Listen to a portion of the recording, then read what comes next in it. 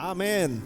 Terpujilah nama Tuhan, Raja yang berkuasa dari sekarang sampai selama-lamanya. Kita mengucap syukur, terima kasih kepada tim New Life yang sudah menolong kita masuk dalam hadirat Tuhan melalui pujian dan penyembahan, sebuah lagu yang membangkitkan iman kita bersama. Saya percaya bahwa pada hari ini saudara dan saya diberkati oleh Tuhan. Hari kemenangan, hari kebangkitan Yesus Kristus, Paskah yang kita rayakan. Ada kemerdekaan yang luar biasa dan ada harapan di dalam Tuhan. Harapan mengenai kehidupan di masa yang akan datang. Dan tetaplah jadikan Dia Tuhan kita, jadikan Dia Raja kita, dan jadikan Dia penyelamat kita. Saudara, saya mengucap syukur pada hari ini karena hari yang spesial tentu saja.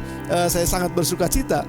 Dan sebelum saya menyampaikan firman Tuhan hari ini kepada saudara, biasanya saya nggak bisa lihat saudara karena memang saudara ada di rumah ya, dan saya ada di kamera tentu saja. Tetapi hari ini secara spesial saya ingin menyapa saudara yang juga ada di rumah masing-masing. Tetapi puji Tuhan untuk teknologi, karena kita bisa bertemu walaupun tidak di satu tempat, tetapi kita bisa bertemu satu dengan yang lain. Saya ingin menyapa saudara yang ada di rumah. Sebagian dari saudara, mungkin ada beberapa dari antara saudara yang terkoneksi dengan ibadah ini, lalu bisa ditayangkan di layar belakang. Saya ingin menyapa saudara. Silakan, bisa dibuka dan bisa ditampilkan, ditayangkan dalam nama Tuhan Yesus. Yes, hai. Ada beberapa orang yang ada di dalam ibadah kita hari ini yang bisa ditampilkan wajahnya tentu saja, walaupun saudara semua ada di rumah. Tetapi paling tidak saya bisa melihat saudara yang ada di rumah menyaksikan dan beribadah bersama-sama pada hari ini. Halo, Tuhan Yesus berkati saudara. Puji Tuhan, amin, amin. Yes, ada Evan Agnes ya, di situ ada Ita, puji Tuhan, ada Pak Alex ya, ada Tessa di sana. Oh, ada email juga, ada Om Freddy. Ya, puji Tuhan, amin, amin. Ada Anin, puji Tuhan, ada Rico. Yes, baik, God bless. Sudah siap untuk mendengar firman Tuhan? Oke, good. Mari kita akan sama-sama datang kepada Tuhan sebelum kita mendengar firman Tuhan. Bapak, kami mengucap syukur karena hari ini adalah hari yang sangat luar biasa dan kami ingin belajar firman-Mu. Pak, kami percaya bahwa ada jawaban dalam firman Tuhan bagi setiap masalah kami. Oleh sebab itu berfirmanlah, kami siap untuk firman-Mu dan kami siap untuk mendapatkan kekuatan yang baru, pewahyuan yang memerdekakan kami, sehingga kami boleh hidup benar di hadapan Tuhan, hidup dalam kemenangan bersama dengan Yesus Kristus. Dalam nama Yesus kami berdoa dan kami mengucap syukur. Semua yang siap sama-sama katakan amin. Amin, puji Tuhan. Saudara, hari ini saya ingin memberikan tema khotbah saya khusus di hari Paskah ini adalah iman dan ketakutan. Ya, ada judul besar di depan, kematian dan kehidupan. Kita mulai dari Jumat Agung dan hari ini kita merayakan Paskah. Tapi saya ingin bicara mengenai kematian dan kehidupan dari sisi iman dan ketakutan. Karena di dalam kehidupan kita mengalami ada begitu banyak ketakutan, saudara. Dan saya merenungkan ini betul-betul, saya merenungkan dalam-dalam sampai akhirnya saya bisa memiliki sebuah kesimpulan yang saya tuliskan ini buat saudara. Fear is the mother of all problems. Ketakutan itu adalah ibu yang melahirkan semua masalah. Saudara bisa coba renungkan, orang yang takut tersaingi misalnya, orang ini akan melakukan hal-hal yang jangan sampai dia tersaingi. Ya, timbul masalah nanti dari situ. Orang yang takut kehilangan sesuatu, dia akan melakukan banyak hal yang pada akhirnya bisa menimbulkan masalah-masalah. Orang yang ketakutan misalnya nggak bisa makan, orang yang ketakutan untuk dilukai. Ya, ada begitu banyak masalah yang terjadi dalam dunia ini semata-mata hanya karena orang itu takut, saudara. Dan ketakutan-ketakutan ini saya ingin rangkumkan menjadi 3 ketakutan besar yang menjadi masalah dalam dunia ini, yang melahirkan banyak masalah dalam dunia ini. 3 alasan, saudara, dan saya ingin sampaikan ini buat saudara. Yang pertama, saya berharap saudara siap untuk mencatat ya, karena ada banyak ayat yang akan saya berikan buat saudara sehingga nanti saudara bisa ulang lagi setelah khotbah ini selesai. Ketakutan yang pertama adalah takut karena rasa bersalah. Ada orang-orang yang karena rasa bersalah yang dia tutupi, yang dia simpan, itu menyebabkan dia ketakutan, dan dalam ketakutannya dia melakukan hal-hal yang seharusnya tidak dia lakukan. Saya ambil sebuah ayat yang sangat jelas, itu dimulai dari sana, saudara. Kejadian pasal yang ketiga ayat yang ke-8 sampai dengan ayatnya yang ke-10. Ketika mereka mendengar bunyi langkah Tuhan Allah yang berjalan-jalan dalam taman itu pada waktu hari sejuk, bersembunyilah Adam dan Hawa, manusia dan istrinya itu terhadap Tuhan Allah di antara pohon-pohonan dalam taman. Tetapi Tuhan Allah memanggil manusia itu dan berfirman kepadanya, "Di manakah engkau?" Ia menjawab, "Ketika aku mendengar bahwa engkau ada dalam taman ini, aku menjadi takut karena aku telanjang. Sebab itu aku bersembunyi." Saudara, ketakutan yang pertama adalah karena orang takut bersalah, karena ada rasa bersalah. Adam dan Hawa melanggar firman Tuhan, makan buah yang dilarang oleh Tuhan, dan ketika mereka makan itu mata mereka terbuka dan tiba-tiba saja mereka jadi rasa takut, saudara. Dan ketakutan dari rasa bersalah inilah yang menyebabkan mereka bersembunyi dari Tuhan. Dan bukankah ini juga terjadi dalam kehidupan kita sehari-hari? Ketika kita bersalah, kita sepertinya ingin melarikan diri dari Tuhan. Udah males kebaktian, nggak mau WPDA, nggak mau melakukan apapun juga. Pokoknya yang penting saya jauh dari Tuhan. Kenapa? Karena ada rasa bersalah, saudara. Demikian juga sebenarnya dengan seorang anak. Ya biasanya kalau anak bersalah kepada orang tuanya, ada rasa takut, lalu dia mencoba untuk bersembunyi dan melarikan diri, menutup-nutupi segala sesuatu, dan pada akhirnya itu menimbulkan ada begitu banyak masalah. Tembok-tembok pertahanan mulai didirikan, ya orang jadi cepat marah, orang jadi cepat tersinggung. Kenapa? Karena menyimpan sesuatu yang dia sendiri rasa, karena saya rasa bersalah gitu. Dia nggak mau ketahuan kebersalahannya, saudara. Pelanggaran-pelanggaran yang dilakukan dia coba tutup-tutupi. Saudara bisa bayangkan kalau ini terus terjadi, ada rasa bersalah yang dalam diri seseorang, itu menyebabkan ketakutannya dan akhirnya melahirkan ada begitu banyak masalah di sekeliling kehidupannya. Saya ingin memberikan sebuah ilustrasi yang cukup lama sekali saya nggak ceritakan ini, saudara, tapi saya ingin ulang lagi ceritanya dengan beberapa penyesuaian tentu saja. Ya, satu saat ada seorang anak, mungkin umur 10 tahun ya, 12 tahun begitu, diberikan sebuah handphone oleh mamanya. Dan mamanya wanti-wanti anaknya, "Nak, ini handphone buat kamu ya. Yang penting mama bisa hubungin kamu kalau kamu di sekolah atau apapun itu, nanti kamu bisa pakai buat belajar dan lain sebagainya. Tapi kamu harus jaga handphone ini baik-baik, jangan sampai rusak. Mama bisa percaya sama kamu gak?" Wah, anaknya senang sekali, saudara. Ya, dapat handphone. "Yes, Mam, saya akan jaga baik-baik." Nah, anak ini dikasih handphone, mamanya pergi kerja seperti biasa. Lalu anak ini main handphone, dia jaga handphonenya, dia sayang betul handphonenya. Dan sampai satu saat, saudara, ketika dia pulang sekolah, dia tidak sengaja karena kelalaiannya dijatuhkan handphone ini sehingga layarnya pecah dan rusak, saudara. Tetapi handphone masih bisa dipakai. Ya, pembantunya lihat, "Wah, handphone kamu rusak," katanya. "Iya, tapi kamu nggak boleh ngomong sama mama," kata anak ini kepada pembantunya. "Tenang aja," kata pembantunya, "saya nggak akan lapor sama mama. Ya, kita akan diam-diam semuanya." Oke. Nah, mamanya pulang, "Gimana handphonenya? Bagus." "Oh, Ma, terima kasih," gitu ya. Mamanya bisa handphone, masih bisa hubungan sama mamanya, tapi mamanya nggak tahu bahwa handphone udah rusak. Dan anak ini ketakutan sekali, jangan sampai ketahuan, jangan sampai ketahuan. Nah, saking ketakutannya, saudara, jadi dia selalu bicara kalau setiap kali ada mamanya gitu, dia bersembunyi seolah-olah dia sumputin handphonenya, jangan sampai ketahuan. Dan sampai satu saat, saking ketakutannya, pembantunya bilang gini sama anaknya, "Gini, saya nggak akan ngomong apapun tentang keadaan handphonemu, tetapi saya mau kamu lakukan tugas saya," kata pembantunya. "Jadi mulai hari ini kamu harus ngepel, kamu harus cuci piring, kamu harus cuci bajumu sendiri, kamu harus ngerjain semua kerjaan saya." Wah, nih anak protes, "Wah, itu kan kerjaan kamu, pembantu." Tapi pembantunya ketawa, "Tapi saya bilangin mama nanti handphone." Karena anak ini takut jangan sampai ketahuan bahwa handphonenya rusak. Anak ini jadi ngikutin apa kata pembantunya. Begitu terus berhari-hari. Ya, setiap kali mamanya pulang, "Nah, bagaimana kabar?" Pembantunya lihat anaknya ketawa, handphone gitu. Oh, anaknya, aduh, dia rasa susah sekali, sudah. Dan itu terjadi berhari-hari. Pembantunya diam, anak ini juga diam, nggak mau ngaku kesalahannya.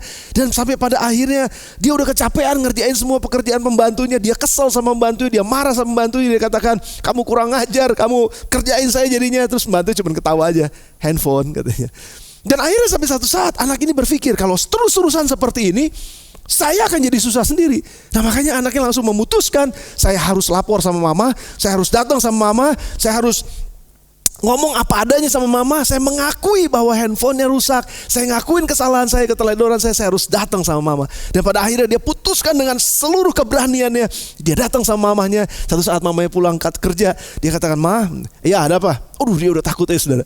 Pembantu udah lihat dari jauh, "Mah, beberapa waktu yang lalu ini handphone handphonenya pecah, saya lalai. Dia ngaku sudah, sambil dia ketakutan, sambil dia nangis. Saya ngerasa bersalah, saya mohon maaf, mohon ampun, jangan sampai hukum saya. Mamanya marah, betul mamanya marah saudara. Kenapa kamu nakal? Wah, mama seperti biasa ibu-ibu marah, bla bla bla bla bla. Tapi sesudah itu mamanya tenang lagi dan mamanya bilang ini, makanya kamu tuh jangan teledor. Kamu harus belajar dari kesalahanmu dan lain sebagainya, sampai akhirnya mamanya bilang, ya udah kamu pakai aja dulu yang rusak. Nanti sampai kamu bisa belajar sesuatu. Suatu saat nanti mama beliin lagi yang baru, tapi kamu pakai itu yang rusak. Mama ampunin dosamu. Nah, setelah itu selesai, apa yang terjadi? Anak itu merdeka, saudara. Anak itu bebas dari rasa bersalahnya. Dan ketika itu juga pembantunya dipanggil, sini, kerjain lagi kerjaan kamu. Dia bebas, pembantunya bilang, ya, tapi kan nanti gimana sama ini handphone kamu? Udah, mama udah tahu. Semua udah selesai. Saya udah diampunin sama mama, saya udah beres. Kamu gak boleh lagi ngerjain saya. Saudara lihat bagaimana kemerdekaan itu akan terjadi ketika kita mengakui kesalahan kita. Khususnya pada saat kita mengakui kesalahan kita kepada Tuhan. Saudara, ada rasa bersalah yang besar, ya, dan itu membuat seorang takut. Dan waktu dia takut dalam kehidupannya, dia gak menghasilkan sesuatu yang optimal. Bahkan dia melakukan kesalahan-kesalahan berikutnya. Dan itu yang menyebabkan orang jadi gak bisa bertumbuh. Nah, pertanyaannya adalah begini, bagaimana kita bisa bebas dari rasa takut karena bersalah ini, saudara? Bagaimana kita bisa dibebaskan dari rasa takut kita? Ada 3 hal yang penting sekali untuk kita belajar bersama-sama pada hari ini. Yang pertama, akui dosa saudara. Akui kesalahan saudara. Akui kesalahan saya. Kalau kita berdosa, kalau kita bersalah, kalau kita melakukan kesalahan kepada siapapun, ngaku, saudara. Cukup rendah hati untuk mengakui. Dan khususnya kepada Tuhan. 1 Yohanes pasal yang pertama ayat yang ke-9 katakan, jika kita mengaku dosa kita, mengaku, saudara, maka Dia adalah setia dan adil, sehingga Ia akan mengampuni segala dosa kita dan menyucikan kita dari segala kejahatan. Tuhan setia. Kalau kita ngaku kesalahan kepada Tuhan, Dia pasti ampunin kita di dalam nama Tuhan Yesus. Kalau ada di antara saudara pada hari ini sedang bersembunyi di hadapan Tuhan karena rasa takut, karena saudara bersalah kepada Tuhan, karena saudara bersalah mungkin kepada istri saudara, karena engkau mungkin bersalah kepada suamimu, atau mungkin engkau bersalah kepada orang tuamu, atau engkau bersalah kepada bosmu, atau engkau bersalah kepada pemerintah, kepada siapapun engkau bersalah, hari ini ada jawaban buat rasa takutmu dan engkau akan dibebaskan dari rasa takutmu. Yang pertama, akui kesalahanmu. Minta ampun sama Tuhan. Setelah itu saudara datang kepada orang yang mungkin saudara bersalah, akui dan siap aja untuk terima sesuatu konsekuensinya. Yang kedua, saudara, setelah saudara mengakui, yang kedua, terima konsekuensi kesalahannya. Ya, saudara ingat cerita Daud. Ketika Daud berzina dengan Batsheba, istri panglima perangnya, dia berzina dengan istrinya, dan akhirnya Batsheba, namanya Batsheba, mengandung dan hamil. Lalu Daud melakukan hal yang keji di mata Tuhan. Dia bunuh suaminya dengan menempatkannya di medan perang yang paling ganas di sana. Dan akhirnya mati suaminya, istrinya diambil jadi istrinya Daud. Saudara, ketika itu dia ditegur oleh seorang nabi, Nabi Nathan. Dan Nabi Nathan datang kepadanya, engkau bersalah di hadapan Tuhan. Dan Daud ketika ditegur seperti itu, dia bertobat. Ini hebatnya Daud, saudara. Kalau nanti saudara baca dalam kitab Mazmur pasal yang ke-51, di situ pengakuan Daud. Dia akui di hadapan Tuhan, aku ini manusia berdosa. Jangan ambil rohmu daripadaku, Tuhan, aku salah, aku ngaku. Tuhan, aku gak akan lagi lakukan seperti ini. Aku percaya bahwa engkau Allah yang maha penyayang, pengampun. Jangan ambil rohmu daripadaku. Kembalikan kepadaku sukacita itu, karena aku takut sekali. Saudara, ketika Daud mengakuinya, tetapi Tuhan mengampuni, tetapi ada konsekuensi yang harus dia lihat, harus dia alami. Dalam 2 Samuel pasal yang ke-12 ayat yang ke-13 dan 14 katakan, lalu berkatalah Daud kepada Nathan, aku sudah berdosa kepada Tuhan. Dan Nathan berkata kepada Daud, Tuhan telah menjauhkan dosamu itu. Artinya Tuhan sudah mengampuni engkau, betul. Engkau tidak akan mati. Namun walaupun demikian, karena engkau telah dengan perbuatan ini telah sangat menista Tuhan, pastilah anak yang lahir bagimu itu akan mati. Saudara lihat, selalu ada konsekuensi dari kesalahan. Namun saudara, kalau kita sudah mengakui dosa kita, saudara tetap harus bisa menerima dengan rendah hati. Kita harus bisa menerima dengan rendah hati konsekuensi yang akan terjadi akibat kesalahan kita. Dan jangan marah ketika saudara melakukan kesalahan, terus saudara minta ampun, terus ada konsekuensi yang kena kepada saudara. Ada akibat-akibat yang saudara harus lewati. Jangan marah, loh saya udah minta ampun kok saya dihukum. Oh saudara, selalu ada konsekuensi dari apa yang kita tabur. pasti akan kita tuai. Nah, oleh sebab itu, saudara, kita harus lebih hati-hati sebelum kita melakukan sesuatu. Ya, tapi kalaupun sudah terlanjur melakukannya dan kita salah, minta ampun. Cepat-cepat minta ampun pada Tuhan. Cepat-cepat minta maaf kepada orang yang dimana kita berbuat salah. Dan setelah itu terima konsekuensinya, jalani dengan sungguh-sungguh. Tapi setelah itu, saudara, ya ada konsekuensinya. Enggak enak, betul enggak enak. Betul kita butuh rendah hati untuk menjalaninya. Tapi yang ketiga, yang terakhir, setelah kita menjalani konsekuensinya, Roma 8 ayat yang pertama sampai dengan ayat yang kedua, saya suka dengan ayat ini, saudara. Demikian sekarang tidak ada penghukuman bagi mereka yang ada dalam Kristus Yesus. Haleluya. Roh yang memberi hidup telah memerdekakan kamu dalam Kristus dari hukum dosa dan hukum maut. Saya lompat ke ayat yang ke-15. Sebab kamu tidak menerima roh perbudakan yang membuat kamu menjadi takut lagi. Haleluya. Tapi kamu telah menerima roh yang menjadikan kamu anak Allah. Dan oleh roh itu kita berseru, ya Aba, ya Bapa. Pengampunan saya terima, konsekuensi akan saya jalanin. Tapi saya gak akan hidup dalam kutuk, saya gak akan hidup dalam ketakutan. Karena Tuhan sudah mengampuni saya akan hidup dalam kebenaran. Saya akan mulai hari ini, saya akan hidup di dalam jalan-jalan Tuhan. Saya akan menjauhi jalan yang sudah saya lewati yang salah, yang membuat saya jadi miserable, yang membuat saya jadi problematik. Tetapi pada saat ini saya bertobat dan saya akan berbalik. Saya nggak akan ulangi itu. Saya akan berjalan sesuai dengan apa yang Tuhan mau. Saudara mengalami kemerdekaan yang luar biasa dari rasa takut yang pertama. Karena apa? Karena rasa bersalah. Saudara, kalau saudara mau merdeka dari rasa takut akibat rasa bersalah, akui dosa saudara, jalani konsekuensinya, dan hidup dalam pertobatan. Itu yang pertama, saudara. Nah, yang kedua, apa yang membuat manusia takut dalam kehidupan mereka? Yang kedua adalah rasa takut karena tidak berdaya, nggak punya kekuatan, nggak bisa ngontrol segala sesuatu. Takut, saudara. Ya betul apa enggak, saudara? Orang yang nggak bisa ngontrol segala sesuatu takut. Kita nggak bisa ngontrol masa depan, kita jadi khawatir. Kita nggak bisa tahu apa yang akan terjadi di depan dan kita nggak ngerti gimana. Kita jadi takut akan masa depan, saudara. Dan itu yang sedang terjadi juga sebetulnya ketika Adam dan Hawa jatuh dalam dosa. Saya baca buat saudara Kejadian pasal yang ketiga ayat yang ke-7. Kita tahu ceritanya ketika Adam dan Hawa makan buah itu, mata mereka terbuka. Dan apa yang terjadi? Ayat yang ke-7, maka terbukalah mata mereka berdua dan mereka tahu bahwa mereka telanjang. Lalu mereka menyemat daun pohon ara dan membuat cawat. Mereka tahu bahwa mereka telanjang dan dari situ mereka ketakutan, saudara. Apa maksud dengan ketelanjangan? Ketelanjangan adalah gambaran kondisi yang tidak berdaya. Betul gak, saudara? Kalau saudara ditelanjangi, kan ada istilahnya, ditelanjangi di depan orang banyak. Walaupun bukan ditelanjangi bajunya, tapi ditelanjangi perbuatan-perbuatannya. Kan itu memalukan. Ya kan, itu ada istilah seperti itu, ditelanjangi di depan orang banyak. Aduh, membuat kita jadi takut, membuat kita jadi malu, membuat kita jadi minder, membuat kita jadi kecewa, kita marah karena kita ditelanjangi kesalahan-kesalahan kita. Kata telanjang itu adalah gambaran dari kondisi yang tidak berdaya. Ketika orang berperang, saudara, musuh yang dikalahkan, senjatanya dilucuti itu seperti dilucuti bajunya gitu. Ya kan, dilucuti senjatanya. Itu membuat orang jadi nggak berdaya, membuat orang nggak punya kuasa lagi, membuat orang powerless, saudara. Dan itu yang sedang terjadi dalam kehidupan banyak manusia. Hidup dalam ketelanjangan, hidup dalam ketakutan karena nggak berdaya. Ketika Adam dan Hawa belum berdosa di hadapan Tuhan, mereka aman-aman aja tuh telanjang. Tapi begitu mata mereka terbuka, mereka baru tahu bahwa dunia di mana mereka tinggal itu begitu besar dan mereka nggak bisa menguasainya. Mereka kehilangan power untuk dunia ini karena ketakutannya mereka, saudara. Mereka nggak berdaya. Mereka rasa, wah, ada binatang mungkin, saya nggak tahu zaman waktu itu ada dinosaurus mungkin. Wah, mereka takut. Sebelumnya mereka nggak pernah takut apapun, saudara. Tapi pada saat mereka lihat ketidakberdayaan, mereka langsung rasa takut, saudara.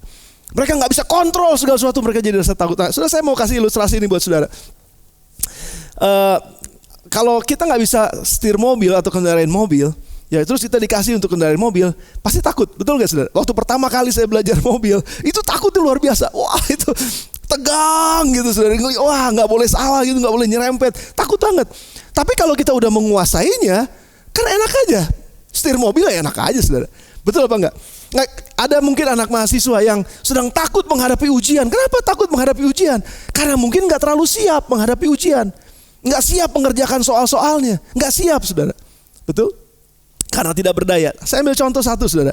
Daud ketika menghadapi Goliat, itu nggak terkesan bahwa Daud tuh takut, saudara. Enggak. Kenapa? Dia berani banget. Saya lawan dia demi nama Allah, Allahnya Israel. Aku akan lawan orang yang tidak bersunat ini. Daud berani banget karena satu, dia percaya kepada Tuhan tentu saja. Tetapi ada hal lain saudara, karena Daud punya pengalaman. Dia bisa pakai ketapel dia dan selalu tepat kalau dia ketapel sesuatu. Ya, itu senjata kan ketapel saudara.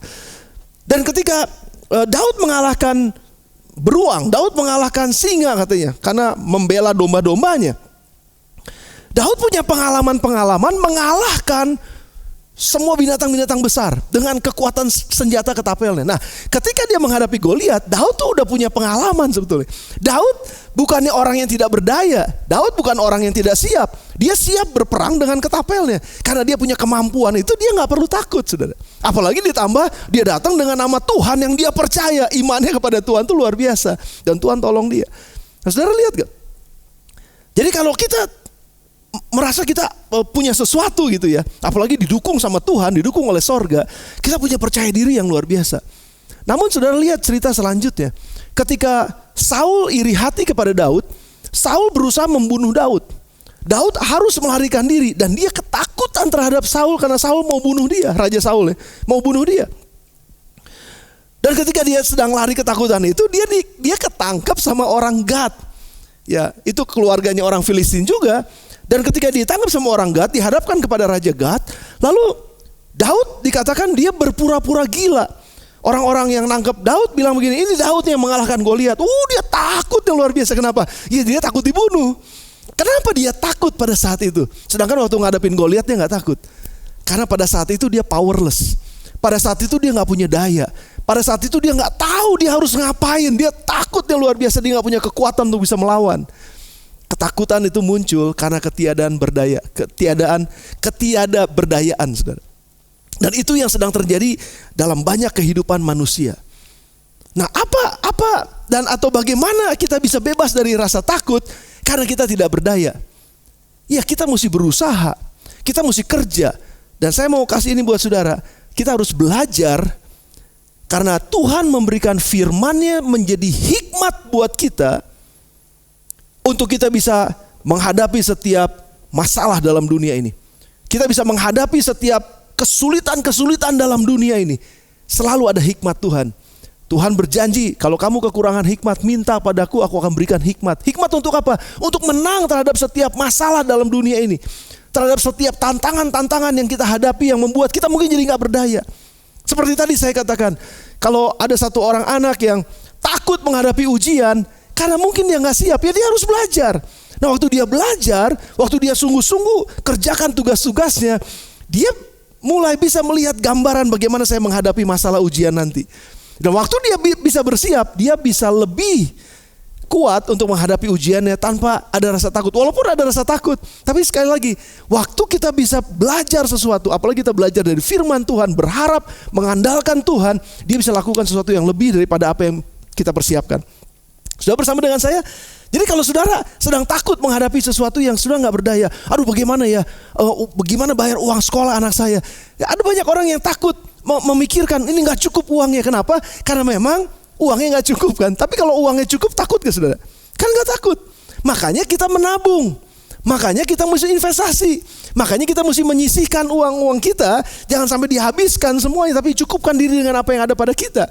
Sehingga kita punya tabungan. Nah, kalau kita punya tabungan, kita lebih safe. Tapi tentu saja kita tidak mengandalkan semua yang ada ini yang membuat kita menjadi tenang. Karena yang membuat kita tenang adalah hanya dekat Allah saja aku tenang. Tetapi bagian kita ada.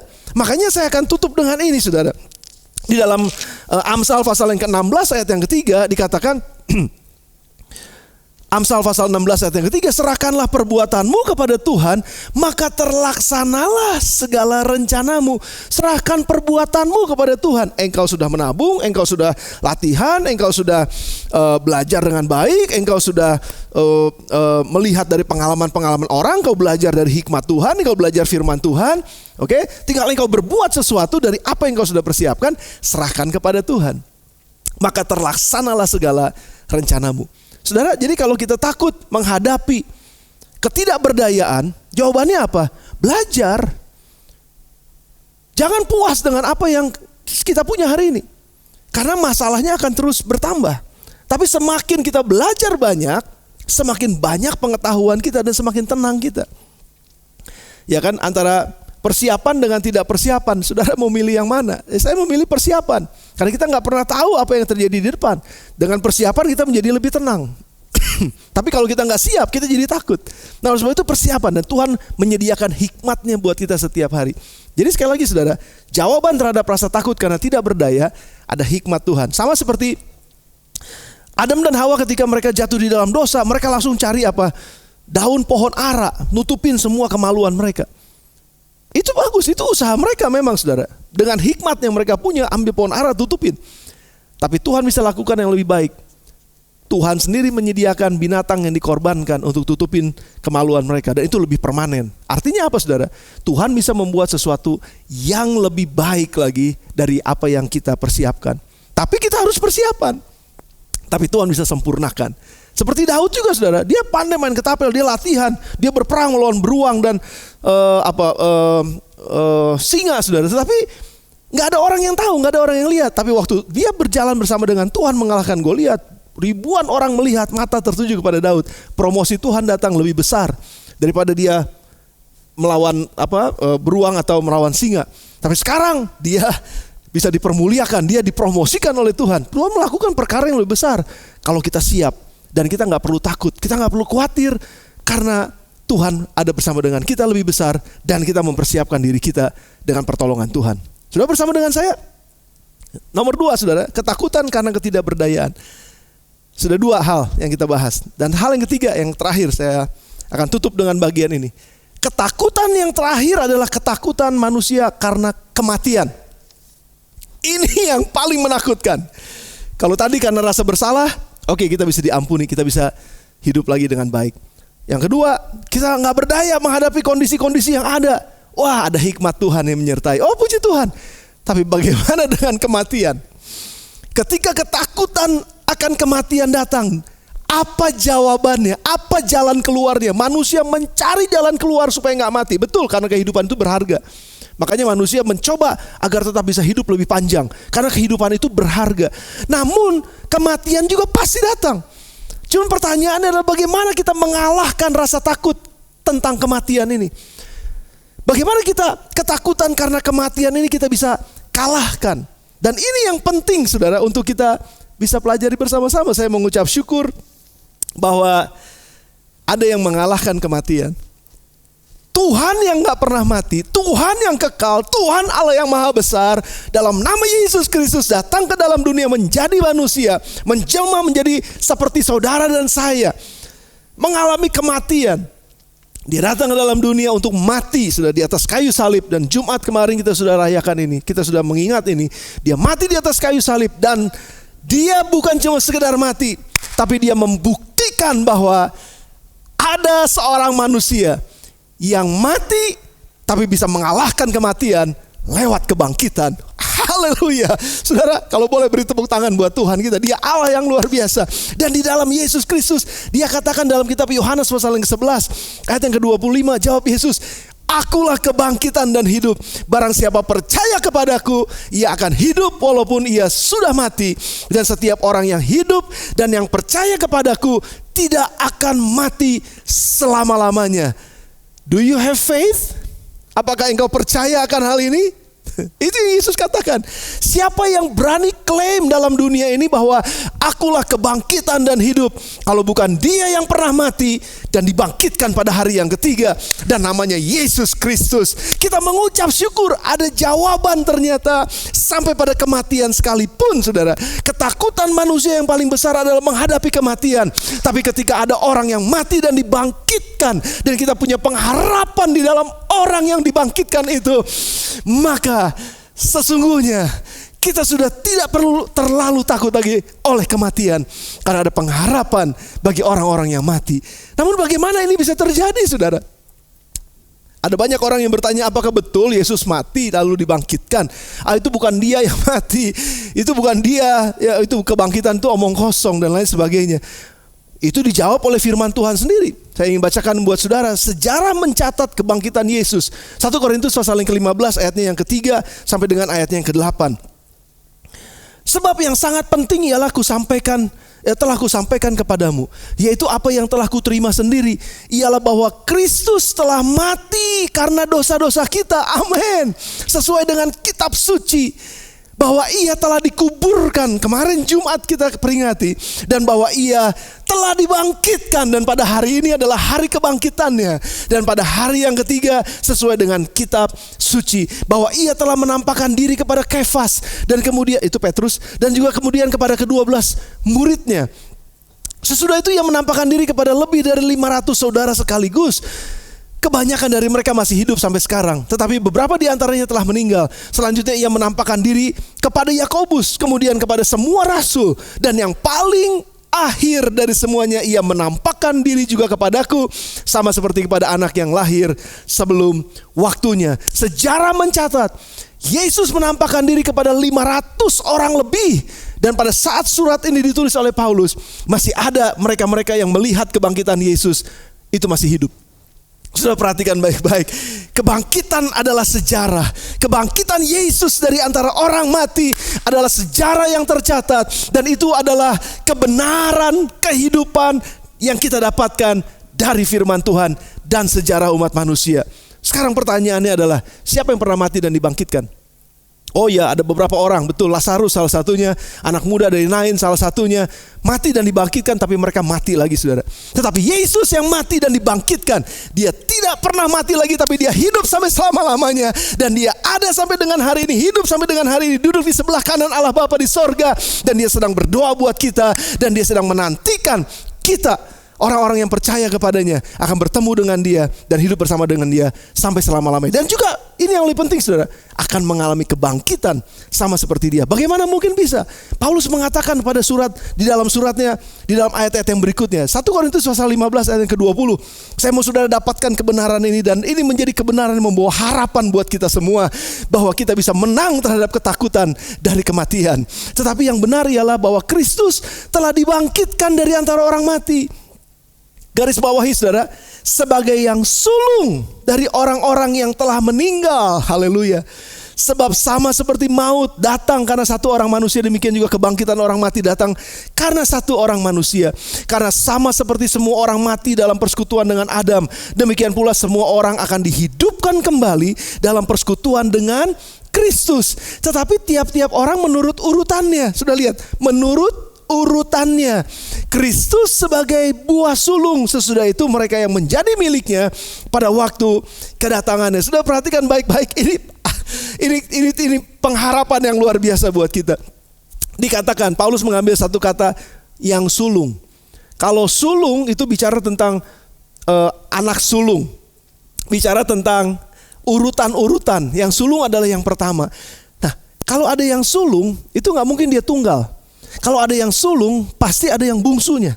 Kalau ada yang sulung, berarti ada yang nomor 2, nomor 3, nomor 4, nomor 5, nomor 6, dan terus sampai yang bungsu. Dengan kata lain, Paulus sedang katakan begini, dan ini kebenaran firman Tuhan.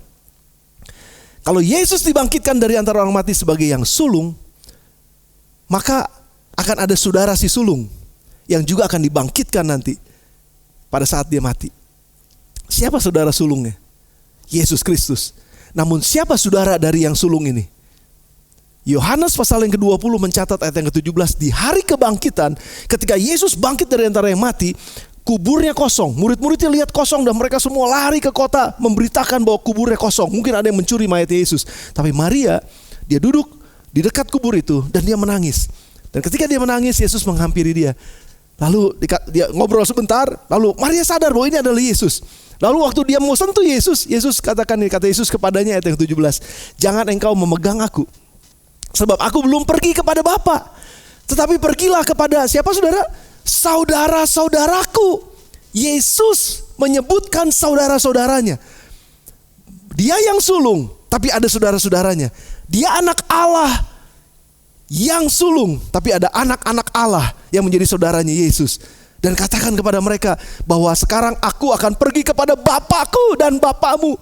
Bapak kita satu karena kita saudara. Haleluya. Kepada Allahku dan Allahmu. Allah kita satu karena kita saudara. Yesus sedang mengidentifikasikan dirinya dengan saudara-saudaranya. Siapa saudara-saudaranya? Itu murid-muridnya, saudara.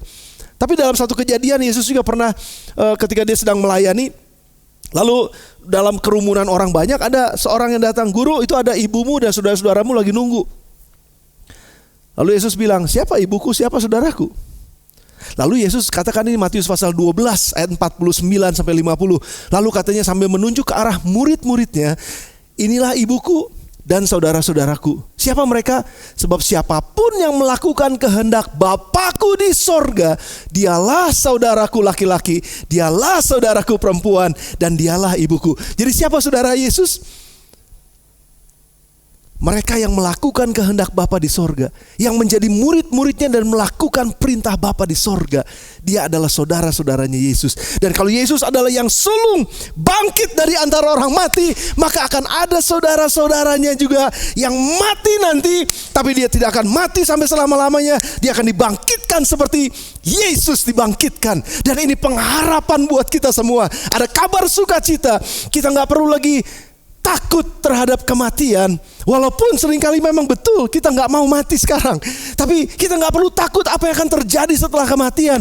Karena akan ada kebangkitan setelah kematian untuk mereka yang percaya kepada Yesus sebagai saudara sulung dan yang melakukan kehendak Bapa di sorga sebagai murid-muridnya Yesus. Merekalah yang akan bangkit pada hari kematian nanti, setelah kematiannya. Dan mereka gak akan mengalami kematian, tapi mereka akan mengalami kehidupan kekal sampai selama-lamanya. Nah, pertanyaan berikutnya adalah, saudara, apa yang akan terjadi untuk mereka yang mati di dalam Yesus Kristus? Walaupun ini bukannya khotbah untuk orang-orang yang meninggal saja, tetapi ini adalah khotbah untuk kita semua yang masih hidup. Bukan untuk sekedar khotbah di rumah penghiburan, tetapi ini untuk kita semua sebagai pengharapan. Karena dunia ini membutuhkan berita baik bahwa ada kebangkitan setelah kematian. Dan ada harapan untuk mereka yang mati di dalam Tuhan. Gak akan mati sampai selama-lamanya, tapi akan mendapatkan kehidupan yang kekal. Apa yang akan terjadi pada mereka yang mati di dalam Tuhan? Saya akan bacakan ini buat saudara 1 Tesalonika pasal yang keempat ayat yang ke-14. Karena jikalau kita percaya bahwa Yesus telah mati dan telah bangkit, maka kita percaya juga bahwa mereka yang telah meninggal dalam Yesus akan dikumpulkan Allah bersama-sama dengan Dia, dengan Yesus. Jadi mereka yang meninggal, mereka yang sudah duluan meninggal, yang percaya kepada Yesus, saudara. Ya, mungkin ada suami saudara, mungkin ada istri saudara, mungkin ada orang tua saudara, mungkin ada anak-anak saudara yang meninggal di dalam Yesus lebih dulu.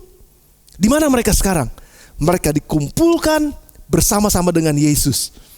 Itu ayatnya, saudara. Dikumpulkan Allah bersama-sama dengan Yesus. Kalau mereka percaya bahwa Yesus sudah dibangkitkan pada hari yang ketiga.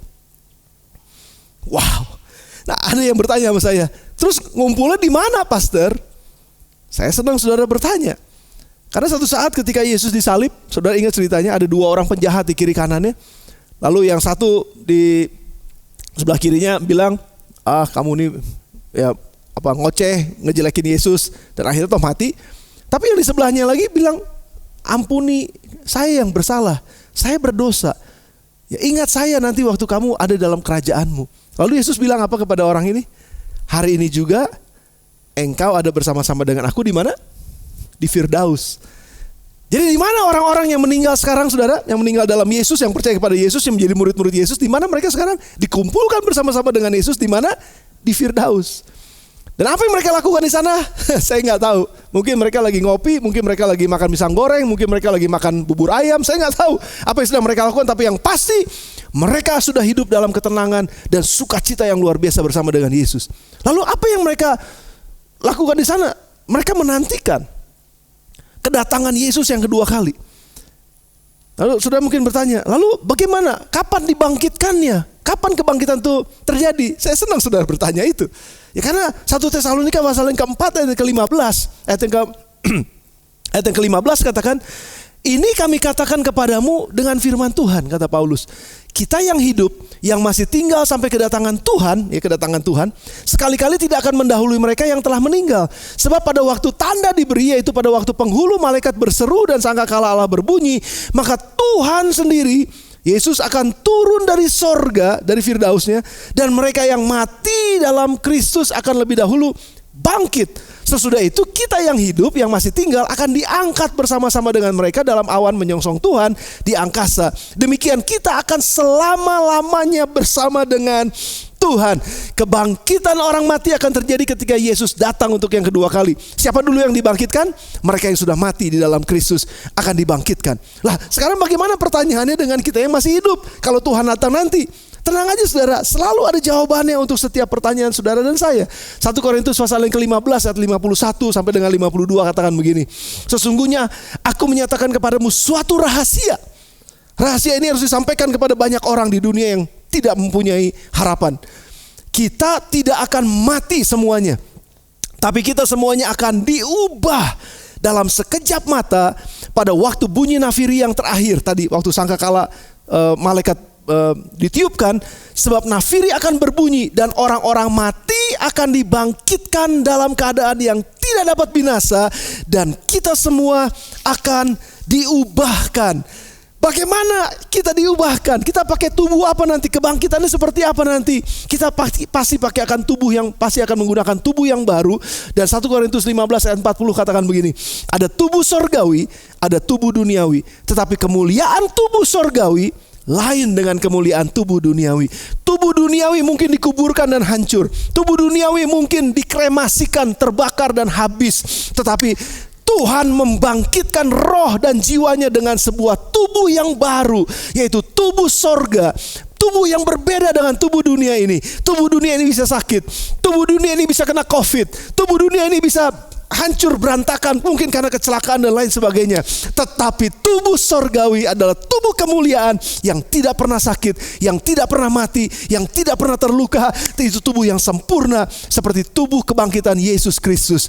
Saudaraku yang dikasihi oleh Tuhan, ini pengharapan yang luar biasa yang bisa kita terima di hari Paskah ini. Bahwa ada kebangkitan bagi orang-orang yang percaya kepada Yesus dan yang menjadi murid-murid Kristus serta melakukan kehendak Bapa di sorga. Kita akan mati mungkin satu saat, tapi kita gak akan mati sampai selama-lamanya karena kita punya kebangkitan setelah kematian. Dan kalaupun kita gak mengalami kematian, Tuhan Yesus datang, puji Tuhan, kita akan diangkat bersama dengan Dia, diubahkan menggunakan sebuah tubuh yang baru. Dan saya selalu iseng saudara, saya selalu minta sama Tuhan, kalau boleh Tuhan, tubuh yang baru saya tingginya 180. Kalau sekarang cuma 168. Tapi Tuhan punya sesuatu yang luar biasa buat tubuh saudara dan saya. Tubuh kemuliaan, tubuh sorgawi, tubuh yang baru. Dan pada akhirnya kita akan bersama-sama dengan Tuhan sampai selama-lamanya dalam tubuh kemuliaan itu. Saudara, ini merupakan satu pengharapan yang luar biasa. Ketakutan manusia akan kematian dijawab oleh Yesus Kristus.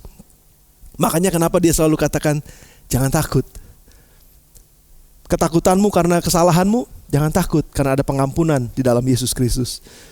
Ketakutanmu karena engkau gak bisa menghadapi masalah dalam dunia ini dan kesulitannya, jangan takut. Ada hikmat firman Allah yang hidup, Yesus Kristus sendiri, yaitu firman Allah yang hidup yang akan Immanuel menyertai kita. Dengan hikmatnya kita bisa menang dan melakukan segala sesuatu, bahkan yang mustahil sekalipun Tuhan bisa melakukannya. Dan ketakutan yang terakhir, ketakutan terhadap kematian, jawabannya ada dalam Yesus Kristus. Melalui kebangkitannya, maka kita akan merdeka dari kematian sampai selama-lamanya. Dan saya tutup dengan ayat ini saudara. 1 Korintus pasal yang ke-15 ayat 54 sampai dengan 57. Dan sesudah yang dapat binasa ini mengenakan yang tidak dapat binasa, dan yang dapat mati ini mengenakan yang tidak dapat mati, maka akan genaplah firman Tuhan yang tertulis, maut telah ditelan dalam kemenangan. Hai maut, di manakah kemenanganmu? Hai maut, di manakah sengatmu? Sengat maut ialah dosa, dan kuasa dosa ialah hukum Taurat. Tapi syukur kepada Allah yang telah memberikan kepada kita kemenangan oleh Yesus Kristus Tuhan kita melalui kebangkitannya. Kita mengucap syukur buat kebenaran ini saudara, bahwa kita ditentukan hidup untuk berkemenangan. Dan kemenangan kita hanya ada di dalam Yesus Kristus. Kemenangan terhadap kesalahan dan dosa ada dalam pengampunan dalam Yesus Kristus. Kemenangan terhadap dunia ini dengan semua pergumulannya yang kita gak mengerti dan kita mungkin gak berdaya, masih ada mujizat hikmat yang Tuhan berikan buat kita untuk melewati dan keluar dari setiap masalah kehidupan kita. Ketakutan tentang kematian, ada kebangkitan Yesus Kristus yang membuat kita mempunyai pengharapan bahwa setelah kematian ini saya punya kehidupan yang kekal bersama dengan Tuhan, dengan tubuh yang baru yang dibangkitkan, yang gak akan pernah mati lagi. Oleh sebab itu saudara, apa masalah saudara? Apa ketakutan saudara? tetap taruh iman saudara di dalam Yesus Kristus sebagai Tuhan dan Juru Selamat kita. Makanya waktu dia katakan, apa yang kamu takuti? Jangan takut. Mari datang kepadaku. Aku akan menyertai engkau. Aku akan menggendong kamu. Jangan takut sebab aku menyertai engkau. Aku akan berjalan bersama dengan engkau. Jangan bimbang sebab aku ni Allahmu. Aku akan memegang kau dengan tangan kananku yang membawa kemenangan. Dan kemenangan adalah bagian kita. Mari kita rayakan kemenangan pada hari ini, di mana Yesus bangkit, dan itu adalah kemenangan yang luar biasa.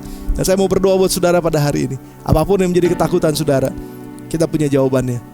Yesus adalah jawabannya. Tundukkan kepala saudara sebentar, dan kita akan datang kepada Tuhan. Bapa, kami mengucap syukur sekali lagi buat kebenaran firman-Mu. Kebenaran yang luar biasa yang memerdekakan kami. Kebenaran yang ajaib yang membuat kami punya pengharapan di dalam Engkau, dan kami gak perlu takut. Walaupun takut itu pasti selalu ada, tetapi selalu ada jawaban di atas ketakutan kami. Terima kasih pada hari ini Tuhan, sementara kami mendengar firman-Mu, kami betul-betul berserah kepada Tuhan. Kami betul-betul mau mempercayai Tuhan di dalam nama Tuhan Yesus. Dan saya mau, sebelum saya lanjutkan doa saya mau bertanya kepada saudara dimanapun saudara ada saat ini. Apakah ada di antara saudara yang sedang mengalami ketakutan? Entah ketakutan karena kesalahan saudara, minta ampun sama Tuhan, Dia akan mengampuni saudara. Yang kedua, apakah saudara takut menghadapi kehidupan yang sulit ini? Jangan takut, minta hikmat sama Dia, karena Dia Immanuel, akan menyertai saudara. Dengan hikmatnya, Dia akan berikan saudara hikmat itu untuk menyelesaikan masalah saudara. Dan yang ketiga, apa saudara takut mati? Ada jawaban, bahwa ada kebangkitan dalam Yesus Kristus. Terima Dia sebagai Tuhan dan Juru Selamat saudara. Jadilah murid-muridnya dan lakukanlah perintahnya, kehendak Bapa. Maka engkau disebut sahabatnya Yesus, engkau disebut saudara-saudaranya Yesus, dan engkau juga memiliki kebangkitan itu. Kalau engkau mau, dimanapun engkau ada, apapun kebutuhanmu, angkat tanganmu dua di hadapan Tuhan. Saya mau berdoa buat saudara pada hari ini. Terima kasih Bapak, engkau lihat setiap tangan yang terangkat di setiap rumah masing-masing, di setiap tempat masing-masing, dimanapun anak-anakmu ini berada Tuhan. Dimanapun mereka berada saat ini, dimanapun mereka berdiri, aku berdoa di dalam nama Tuhan Yesus. Aku berdoa Tuhan, setiap roh ketakutan dikalahkan oleh kasih Kristus, oleh kemenangan karena pengampunan Yesus, oleh kemenangan karena hikmat Yesus, oleh kemenangan karena kebangkitan Yesus. Nah, aku berdoa saat ini di dalam nama Tuhan Yesus, setiap orang yang mau menerima Yesus sebagai Tuhan dan Juru Selamat mereka, dan membuka hati mereka untuk Yesus masuk dalam hidupnya, masuklah dalam hidup mereka saat ini. Berkati mereka, kuatkan mereka, lindungi dan jagai mereka. Firman ini ditaruhkan dalam hati mereka masing-masing, dan ketika mereka rasa takut, firman ini akan muncul kembali. Roh Kudus akan mengingatkan kembali, dan firman itu akan memerdekakan kalian, memerdekakan mereka di dalam nama Tuhan Yesus Kristus. Terima kasih Bapak. Terima kasih sekali lagi buat hari kemenangan ini. Kami bersuka cita karena kemenangan ada di pihak kami dalam nama Tuhan Yesus Kristus. Terima kasih Bapak. Kami mengucap syukur. Nah, saudara, kau dikasih oleh Tuhan. Sekarang saya mau saudara mengangkat tangan saudara masing-masing di hadapan Tuhan, tanda bahwa kita mau berserah kepada Tuhan. Dan terimalah saat ini semua kekuatan yang baru dari Tuhan, damai sejahteranya, penyertaannya, perlindungannya. Dan biar kekuatan yang berasal dari firman Tuhan itu akan menyertai kita sekalian, dan akan menolong kita untuk hidup dalam kemenangan bersama dengan Yesus Kristus. Tuhan memberkati engkau dan melindungi engkau. Tuhan menyinari engkau dengan wajahnya dan memberikan engkau kasih karunia. Tuhan menghadapkan wajahnya kepadamu dan memberikan engkau damai sejahtera. Sekarang terimalah berkat dari Allah Bapa yang dalam surga, serta cinta kasih sayangnya yang sudah dinyatakan dalam Tuhan Yesus Kristus, serta pimpinan persekutuan dalam Roh Kudus akan tetap menyertai kita sekalian mulai dari saat ini sampai Maranatha. Dia datang kedua kali menjemput kita semua, dan kita akan hidup bersama dengan Dia sampai selama-lamanya. Dan semua yang dipercaya dan diberkati sama-sama katakan amin. Amin. Tuhan Yesus berkati saudara. Sampai ketemu di waktu yang akan datang. Stay safe, stay healthy. Jangan lupa pakai masker, cuci tangan, dan jaga jarak, dan juga stay sehat di dalam nama Tuhan Yesus. Amin.